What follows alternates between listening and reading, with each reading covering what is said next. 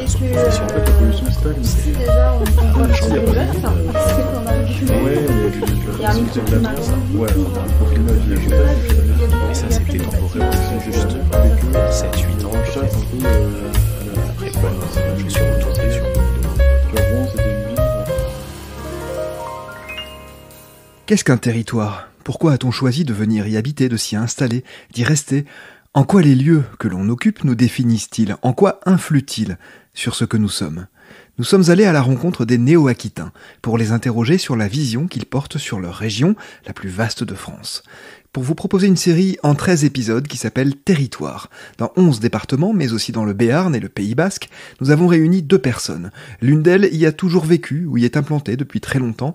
La deuxième y est arrivée relativement récemment. Nous avons enregistré leurs échanges sur le sujet, leurs divergences, leurs convergences aussi. Au cœur de ces discussions, la question de l'appartenance à un territoire, bien sûr, mais peut-être plus encore de l'identité. Nous vous proposons aujourd'hui de prendre la direction de la Dordogne pour y rencontrer Aurélie et Hugo. Donc Aurélie, j'ai 42 ans, un enfant de 6 ans, je suis née en région parisienne et j'ai vécu donc 41 ans à Meudon et un peu à Paris. Meudon, c'est une petite ville de banlieue. Il y a la forêt, il y a des arbres de partout, il y a des petites maisons toutes plus jolies les unes que les autres. C'est la région parisienne, c'est très près de Paris, mais il y a quand même une forme de calme. Et voilà, c'est un endroit quand même que j'affectionnais aussi pour ça. Alors, on est arrivé ici il y a 1 an, juillet dernier. Mon conjoint a décidé d'ouvrir une cave à vin, et puis moi j'ai suivi, parce que ça faisait déjà 20 ans que je voulais vivre en Dordogne. Donc c'était l'occasion de se lancer. Voilà, je suis psychologue, ça me permettait aussi de bouger et de m'adapter au déménagement. Alors moi je m'appelle Hugo Dufour, j'ai 29 ans. Moi je suis originaire du coup de Dordogne, je suis né à Périgueux et j'ai passé toute mon enfance, j'ai grandi jusqu'à mes 18 ans, jusqu'à ce que je parte faire mes études au Buisson, qui est un petit village dans le sud du département. Et ça fait maintenant 1 an et demi que je suis rentré. Du coup, revenu en Dordogne après un passage à Bordeaux de 8 ans, où j'ai fait des études de cinéma. Un très court passage à Paris aussi, où je suis parti faire du théâtre. Et je suis donc rentré ici, et aujourd'hui, je suis vidéaste indépendant depuis 3 ans, comédien quand je peux, mais à la campagne, c'est compliqué. Et là, sur ma feuille d'impôt, je mets projectionniste, puisque depuis pas très longtemps, je bosse dans le cinéma de mon village, en fait, qui est le cinéma de mon enfance. Alors j'ai choisi de quitter Paris en partie à cause du coût des logements et parce que je rêvais de plus de nature, de campagne, pour mon fils aussi, qu'il puisse un peu s'épanouir avec plus d'espace en fait. Je voulais de l'espace. On a choisi la Dordogne, moi, parce que j'y viens depuis que je suis enfant et j'y suis revenue très très souvent parce que c'est un endroit où il se passe quelque chose d'un peu magique. Quand j'y suis, je m'y sens bien, comme une espèce d'appartenance. Et enfant, j'aimais tellement cet endroit. Je crois que c'était un peu le paradis sur Terre pour moi, avec une forme d'abondance, une forme de douceur, que j'ai pas du tout, effectivement. Enfin, en région parisienne, c'est tellement plus âpre, voilà, plus bruyant, plus difficile à vivre, voilà. Mon conjoint connaissait aussi la Dordogne et on s'est dit que c'était le seul endroit en France qui pouvait nous réunir tous les deux. Et donc on a choisi le Périgord noir parce qu'on aime cet endroit qu'on trouve extrêmement beau et que c'était important aussi pour nous de la beauté en fait. Voilà, donc la douceur, la beauté, la nature abondante, du vert de partout, de l'eau, ça nous a décidé. Et les pierres du pays. Alors mes parents, moi j'ai grandi complètement en région parisienne, ils sont originaires de Marseille, ils ont décidé de bouger par opportunité de travail et peut-être pour fuir aussi le cercle familial un peu trop étouffant. Mais pour moi, malgré tout, avec le temps, je me suis rendu compte que j'avais besoin d'avoir un lien d'appartenance à un endroit, ça a toujours été quelque chose qui m'a porté.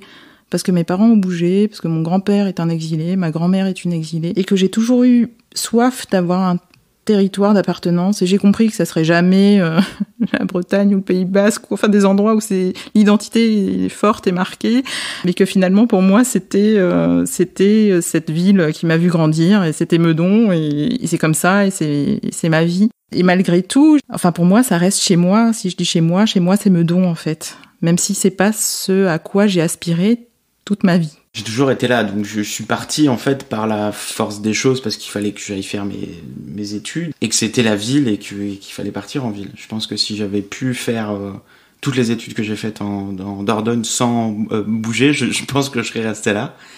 Et je suis revenu, j'ai tenté l'aventure parisienne quelques mois. Il y a eu des moments vraiment géniaux, incroyablement forts et très très cool pour plein de raisons. Et puis aussi quand même un choc énorme, quoi. C'est-à-dire que c'est une bulle, Paris, avec une énergie incroyable qui vous emporte. C'est très très étourdissant. Et quand on n'est pas habitué, moi j'étais très choqué par le monde, la densité en fait. Il y a trop de gens dans cette ville. La ville elle est trop petite pour autant de gens.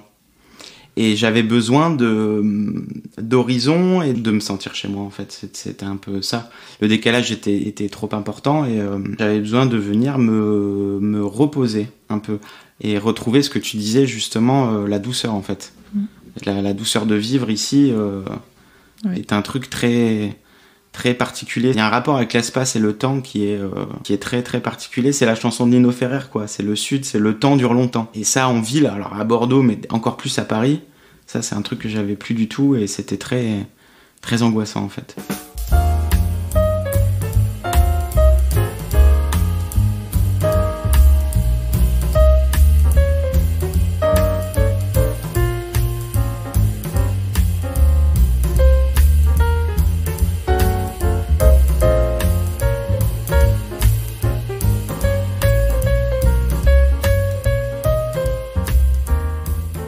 Je pense qu'avec l'enfance, on regarde les choses un petit peu différemment. Elles sont un peu idéalisées aussi. Enfin, j'allais en vacances en été, il faisait beau, il y avait les vaches, pour moi ça sentait bon, le paysage était le plus beau que je pouvais avoir sous les yeux. Le paysage que j'avais de cette ferme, à côté de Villefranche du Périgord, s'est transformé. Pour moi, c'était l'endroit le plus beau du monde. Et tous ceux que j'ai regardés quand j'étais adolescente, je me disais, mais c'est pas comme à Villefranche, quoi. Je me dis que dans ce cas-là, mes grands-parents qui venaient d'Arménie, enfin exilés de force, n'ont jamais pu être bien là où ils étaient. Si vraiment, je pense que l'enfance, de toute façon, ça marque à un point inimaginable. Je pense que ça a joué dans mon regard par rapport à la Dordogne, évidemment. Je pense que je l'aurais vu différemment avec des yeux si j'avais découvert cet endroit avec des yeux de jeune adulte. Il y a ce truc inexplicable que je vis quand j'arrive en Dordogne et quand j'arrivais en vacances en Dordogne que je ne retrouve nulle part ailleurs dans le monde entier, qui est d'un coup mon rythme cardiaque qui se ralentit, enfin quelque chose vraiment que je vis même jusque dans le corps. Voilà, de se sentir faire partie de ces arbres, la falaise, ça se passe que ici. Après, est-ce que c'est parce que j'y suis venue en enfance? Enfant, je sais pas en fait, je sais pas. Bah moi c'était chez moi en fait. Donc oui, c'est forcément lié à l'enfance, c'est-à-dire que quand je rentrais de Bordeaux ou de Paris, je rentrais chez moi. Après, ça dépend des enfances de chacun. Moi, j'ai eu la chance d'avoir une enfance très heureuse, hyper bucolique, avec les copains dans les bois, faire des cabanes au bord de la rivière et tout. C'est une enfance un peu sauvage, entre guillemets, mais hyper agréable. Donc oui, c'est... Je sais pas si c'était retrouver des sensations d'enfance, mais c'était peut-être donner du sens à l'enfance que j'avais eue, en fait. Dans ma famille, il y a une partie de ma famille qui est là depuis très très très longtemps, quoi. Il y a une cousine de mon père qui s'était amusée à faire notre arbre généalogique côté paternel, et du plus loin qu'elle ait pu remonter, c'est le XVIIe siècle. Et quand tu regardes où sont nés les gens, si c'est à 20 km à la ronde, quoi, le périmètre. Je sais pas s'il y a un lien direct, mais de me dire qu'on est là depuis très longtemps. Mais ça, c'est bien une partie de ma famille, parce que de l'autre, il y a des immigrés italiens, des gens qui viennent du Béarn, donc comme chaque personne en France, il y a une partie du monde qui est là. Ça avait du sens, en fait, de revenir. Il y a un héritage, en fait, qui est donné. Je sais pas s'il y a une identité périgourdine très forte, comme tu disais, comme il peut y avoir chez les Basques ou les Corses, etc. On n'a pas ce truc marqué, il n'y a pas un peuple périgourdin, mais il y a un héritage qui passe par peut-être une certaine manière de voir le monde. La Dordogne, c'est le département administratif, le Périgord, c'est le pays. Oui, je me sens de Dordogne, mais je me sens périgourdin. Je sais pas, comme des Bretons peuvent se sentir breton ou voilà, mais pas avec une identité de peuple. Mais oui, une identité locale, régionale, ouais, ou disons peut-être du sud-ouest.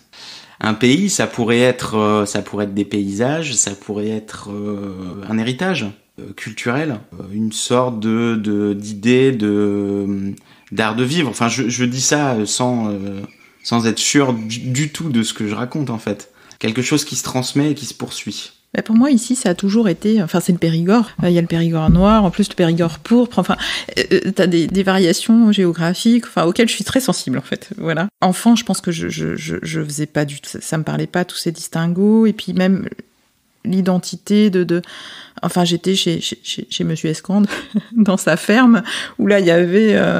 voilà, c'était sa ferme, quoi. Enfin, ça s'arrêtait là, dans ma tête. En fait, l'identité, non, je la construisais autour de cette histoire de paysage, effectivement, de quelque chose. Et encore, je me rends compte qu'à côté de Villefranche, il y a des châtaigniers, ici, à Sarlat, c'est pas du tout pareil. Enfin, mais il y avait toujours cette pierre, là, un peu ocre, un peu jaune. Donc, ça se construisait autour de l'esthétique, en fait. C'était plus ça qu'une identité très marquée, que j'ai trouvé plus tard dans d'autres régions. Et c'est aussi ce qui m'a amené ici, c'est qu'il n'y a pas ce truc... Enfin, même si être périgordin et venir d'ailleurs, c'est pas la même chose. Hein. On est beaucoup à venir d'ailleurs aussi. Enfin, j'avais besoin d'un endroit où il y avait du brassage.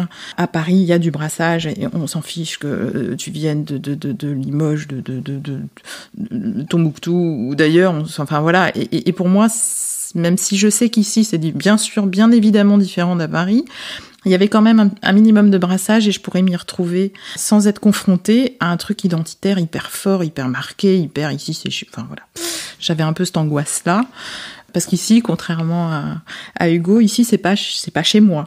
Voilà, on va reparler de l'enfance. Moi, mon enfance, c'est Meudon. Et je me rends compte que ce que je connais par cœur, voilà, c'est les rues de Meudon, les odeurs de Meudon, les bruits de Meudon. C'est pareil, c'est inscrit en moi, dans ma mémoire. Et ici, c'est pas chez moi. J'ai toujours un regard nouveau sur ce que je vis au quotidien. Enfin, et je pense que ça sera jamais réellement chez moi. Enfin, peut-être mon jardin, ça sera chez moi. Mais pas le Périgord, quoi.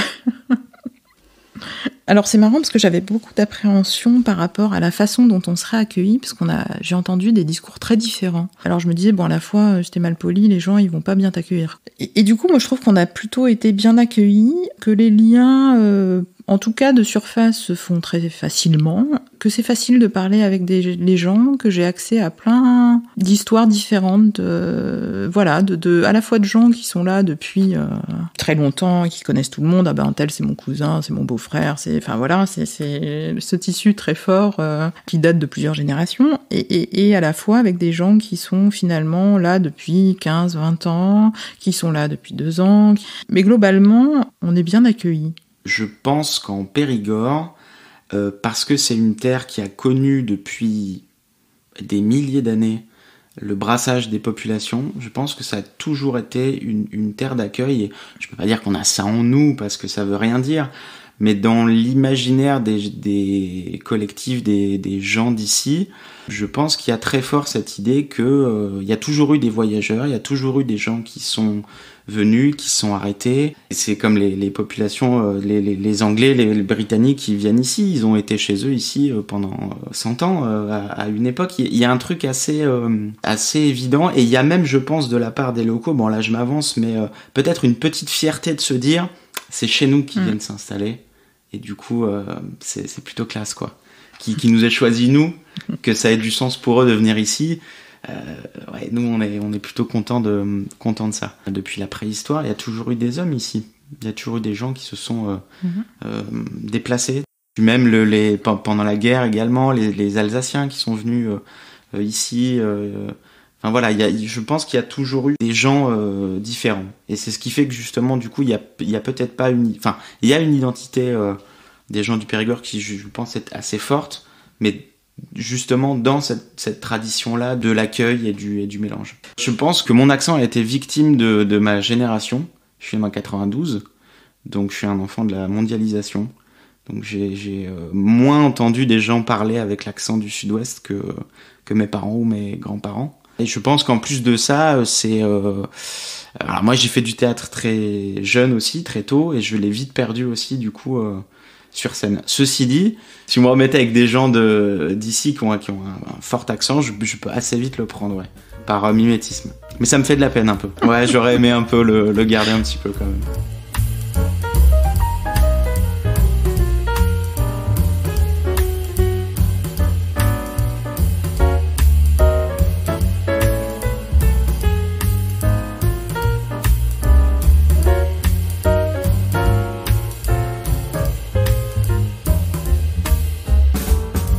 Ce que j'aimerais transmettre à mon enfant, c'est à la fois les valeurs dans lesquelles moi j'ai grandi en région parisienne. Alors c'est plus vrai maintenant que quand j'étais petite, mais c'est cette idée de brassage, c'est cette idée que l'origine de quelqu'un n'a pas d'importance. Voilà, et ça c'est hyper important pour moi. C'est moins évident ici parce que les gens sont moins habitués à voir des gens de partout dans le monde. Et à la fois, ce que j'aimerais lui transmettre d'ici, et qui dit lui-même, il répète souvent qu'il est fils de nature, c'est l'importance de respecter la terre sur laquelle on vit, de respecter l'araignée qui est au coin de la maison et qui a le droit de vivre. Et du coup, c'est ce mélange entre mes origines parisiennes et la nature ici.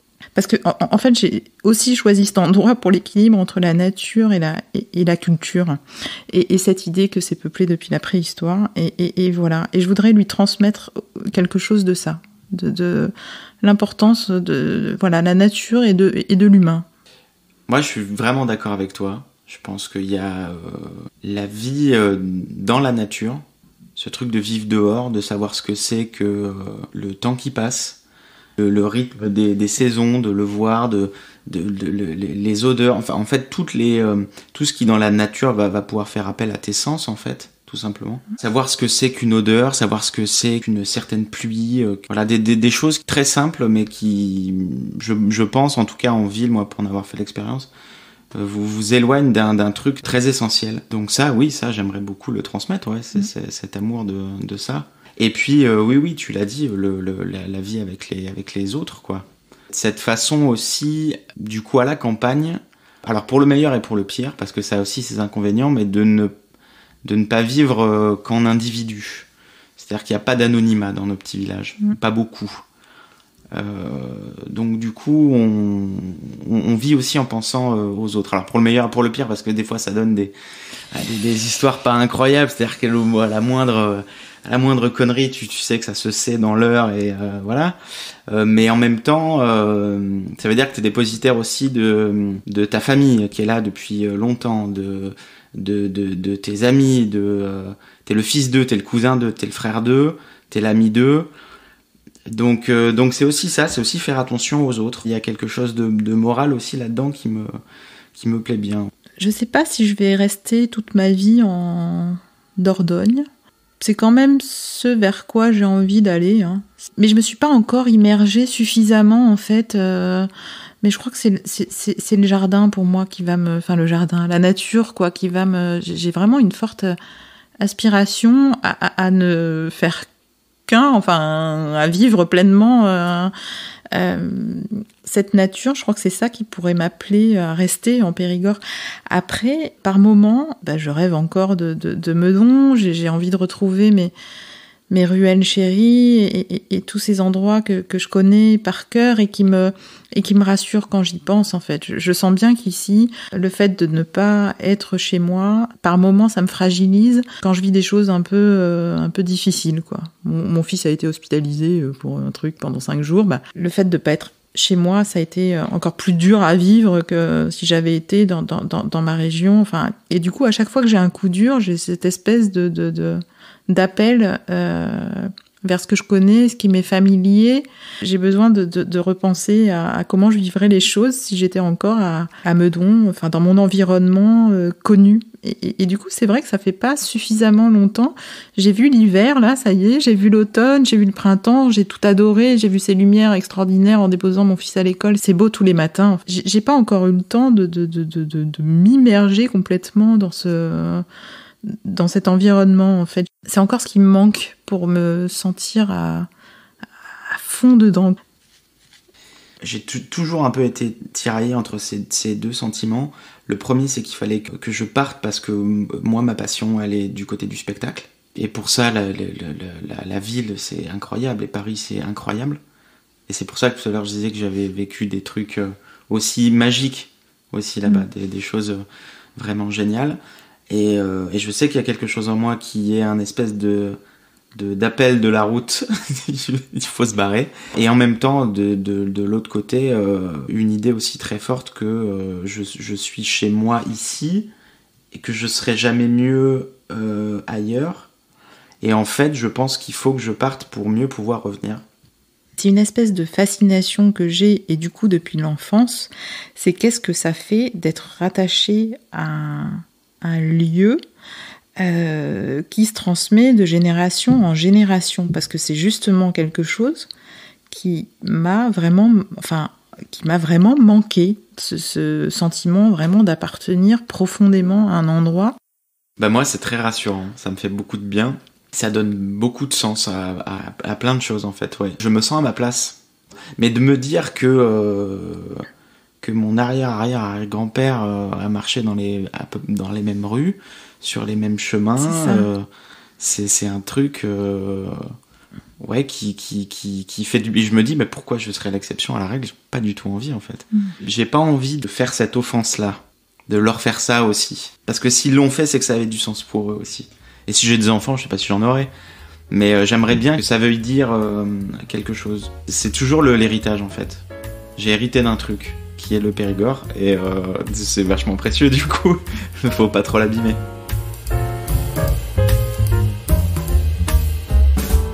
C'est la fin de cet épisode de Territoire, la série en 13 épisodes signée Podcasting.